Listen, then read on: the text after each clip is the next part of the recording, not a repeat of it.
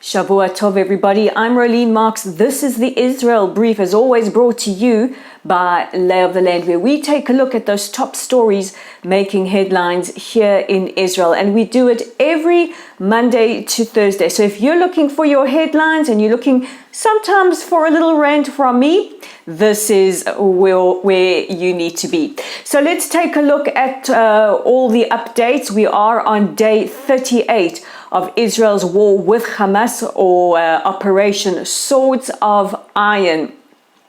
Now, the army spokesperson has confirmed that the Hamas terror organization have lost control of northern Gaza. If you have been following the progress of IDF troops during their ground-up offensive, you can see that they've almost bifurcated the Gaza Strip into north and south. Now, troops have moved further and further in into Gaza City. The IDF is moving slowly and methodically, understanding the asymmetrical type of warfare that we are fighting. And the IDF have been excellent about sharing their findings, sharing the evidence, what they have seen or uncovered of terror tunnels, weapons caches stored in people's homes, in mosques, in schools, in amusement parks, and in hospitals. Now, speaking about hospitals, one of the key areas of focus at the moment is Shifa Hospital. Just a couple of weeks ago, the IDF spokesperson shared intelligence with the media and also with intelligence organizations around the world that the Shifa Hospital is being used as a base or headquarters for Hamas. Underneath the hospital, Hamas have created an entire city. There are offices, there are headquarters, and of course, their weapon storage facilities. The IDF spokesperson has said that they are in touch with the managers of Shifa Hospital in order to try and evacuate patients as quickly and as expediently as possible in order for the IDF to operate. Now, I want to stress something that has been stressed by the IDF. There is no siege on Shifa Hospital, and they are not attacking Shifa Hospital. There is still evacuations underway. I know that there have been images in the media around the world of babies who are losing their lives due to running out of fuel for incubators. The IDF said last night, and showed the intelligence to back it up, that they had tried to give Hamas at least 30 liters of fuel for these incubators, and Hamas took the fuel for themselves. They refused Israel's offer of fuel.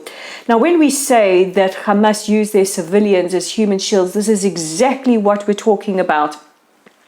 Not just embedding themselves within the civilian infrastructure, but also making sure that the images, that the casualties, that the catastrophe is so big that they garner more and more of the world's sympathy. This is where we need your help out there to get the facts on the ground out. The IDF have said that people can still evacuate from the east side of the building. The EU also condemned Hamas's use of hospitals as human shields. But as Israel moves progressively further in, and unfortunately we have paid with the lives of now 44 IDF soldiers and have to fight Hamas door to door, tunnel to tunnel. So we are peeling back the layers of human shields and making Hamas more vulnerable. What is significant is that the amount of rockets fired towards Israeli civilians has come down significantly lower. But, our thoughts, our strength is behind our IDF soldiers as they move more and more deeper into the Gaza Strip.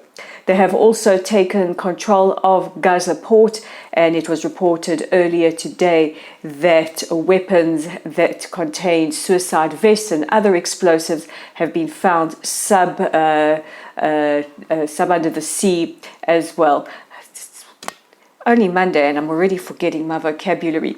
But let's continue on. and some controversy over the weekend, as it was reported that France's President Macron was reported to have said in an interview with the BBC that he was calling for a ceasefire and that he had called on Israel to stop firing on civilians. He said, these babies, these ladies, these elderly people.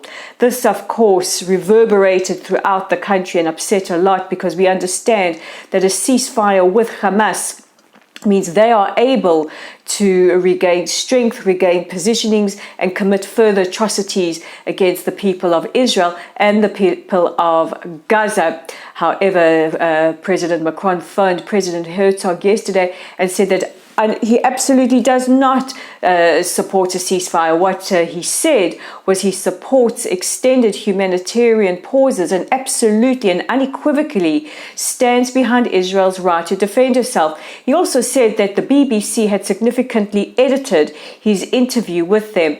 Now, President Macron is the second world leader. He joins President Herzog in being significantly edited by the BBC. I don't know what the BBC is up to, but one would have thought they would have learned over this last month or so that the world is seeing them for the type of coverage that they are giving, and maybe now is a time to learn from your lessons and be a lot more balanced instead of so blatantly biased. The French people yesterday, at least 180,000 in scenes that were just so incredibly heartwarming from all political parties, excluding the far left, progressives naturally. I mean, nothing says we're so progressive like boycotting a march against an ancient hatred, but nevertheless 180,000 people in France gathered together in a protest against rising anti-Semitism. At least 2 former presidents were at the march, and it was really, really heartening to see a cross-section of French society, leadership, the political establishment saying no to anti-Semitism. This is in stark contrast to some of the images we have seen coming in from London, New York, Melbourne, Cape Town, and other parts of the world where anti-Semitism is just completely rampant. And while we're on the subject about President Herzog, he spoke to the BBC again yesterday and revealed that an Arabic copy of Hitler's Mein Kampf had been found on the body of one of the Hamas terrorists on October the 7th. Inside the book, he had made notes. Now, I said to my husband, when the attacks occurred, I said, it's almost like they studied the most painful moments in our history and wanted to up the game. And now we have proof that this is the kind of research that these Hamas barbarians undertook in order to commit their acts of atrocity. Now, just a short while ago, the First Lady, Michal Herzog, let slip to the national broadcaster that one of their sons is fighting in Gaza. We wish him Godspeed. May he come home safe and in victory. And that brings us to the end of today's edition of the Israel Brief. Don't forget to check out our in-depth coverage of Israel's war with Hamas on our website at www.layoftheland.online. Our YouTube channel is at the Israel Brief. You guys know what to do. If you haven't already subscribed, hit that red subscribe button, and hey, invite your friends to the party as well. The more, the merrier. We are on Facebook. Our profile is at Lotlsite, at LOTLSITE. And we're on X, where all good twits are. You can find us at Lay of the Land 5. I'm Rolene Marks, going to gather my brain together. It's tough being a journalist these days, and I'll catch you again tomorrow.